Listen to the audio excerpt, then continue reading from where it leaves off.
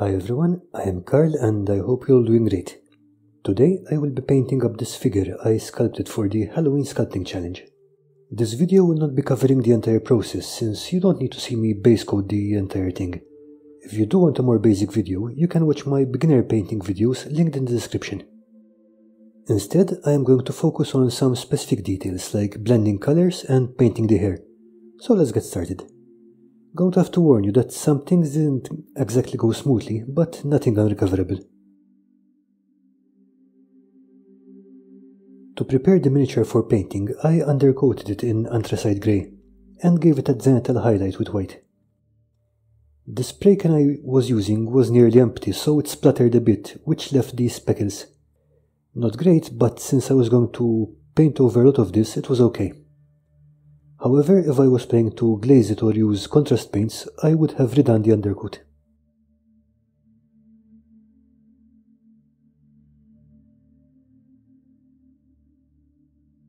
The first thing we're going to cover is breaking the edge between two similar colors. In this case, I wanted the dress to transition from black-green at the bottom to grey at the top. I had already base coated the area in grey, and I went around laying down some black paint. When you do this, remember to take the transition into account.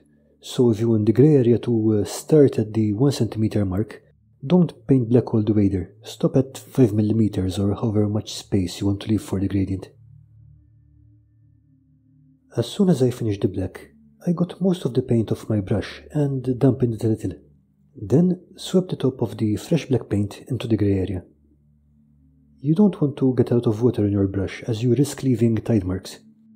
Just need it to be a little damp to help the paint move.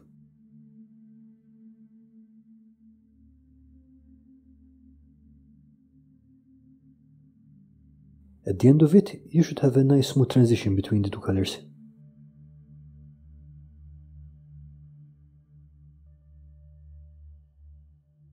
Another way of blending colors together is to wet blend them.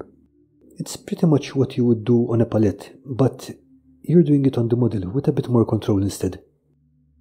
Now, this didn't go very smoothly, I've done better, but if you want to learn more about wet blending, go check out Semlance's work.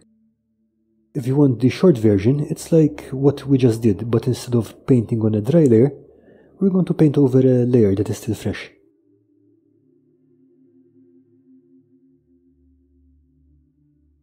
So, what I did here was to add a bit of fresh black paint since the base was already dry, and then go in with some phthalo green in the middle.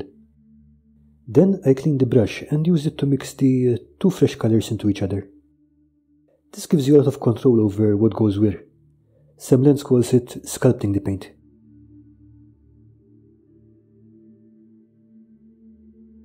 You can do this with a whole bunch of layers, as long as you work fast enough that the paint doesn't dry on you. It just takes a little practice, and trust me, it's easier to do it than it is to explain it. The trouble I had here was because the green was a bit runnier than other paints I normally use, so what I should have done is probably lighten up the base first, instead of going directly over black.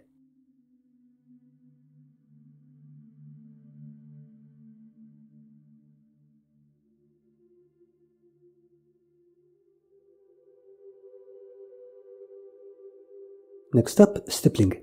Now, this is something that I've only just started experimenting with, but the idea is that you build up a texture by gently nicking the surface with the paint. In this case, I tried it because I wanted to make the upper half of this mini a bit more textured than the bottom half, to reinforce the idea that it's forming out of slime. In this case, it didn't show up very well because I put it on pretty densely over a small area, but it does at least make it a bit rougher than a smooth coat would have done.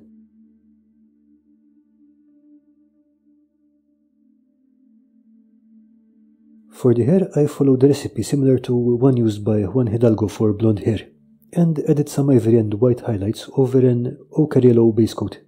When placing the highlights, I tried to follow Squidmar's guide on the subject, though the sculpt made it a little tricky. After that, I washed it with Games Workshop Seraphim Sepia shade, and then reapplied some highlights on top, trying to break the edge of the highlights. I repeated this a couple of times in all, to give the hair some depth.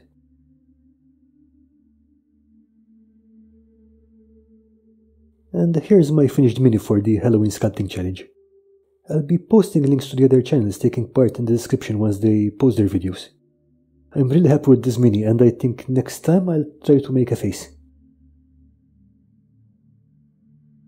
I had hoped to also include this guy in this video, but some of the things I tried didn't quite work out. Also, I built most of him in a rush during a 1-hour bin challenge on the Crazy Crafters livestream, so I really cut some corners there. In next week's video, I'll be showing how I build a better version of this from empty sprue frames. And that's it for this video.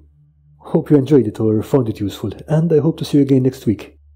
Thank you for watching, and I hope you have a great week.